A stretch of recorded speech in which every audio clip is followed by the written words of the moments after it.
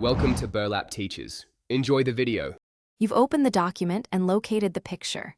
Now act. Click the image to select it and check that resizing handles appear so you can control scale. Once selected, open Layout Options or the Format Picture pane to reveal text wrap and position settings. These determine how the image interacts with text. Make sure the image isn't inside a header/footer and that it's unlocked for resizing. Doing this first prevents surprises during cropping and alignment later. Now focus on how the image sits in the document.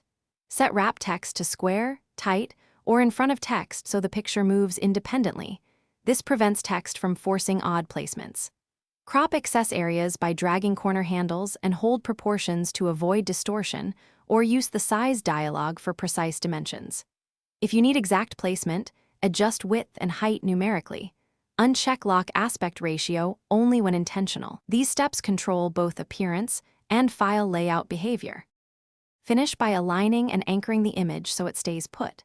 Use align tools or drag until it snaps to margins or grid lines, and verify the anchor to lock relation to a paragraph. Compress pictures to reduce file size and save a new version to preserve edits.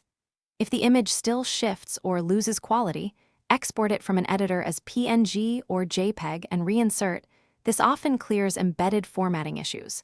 If problems persist, check for document protection or track changes. Thanks for watching. Consider subscribing if this video helped you.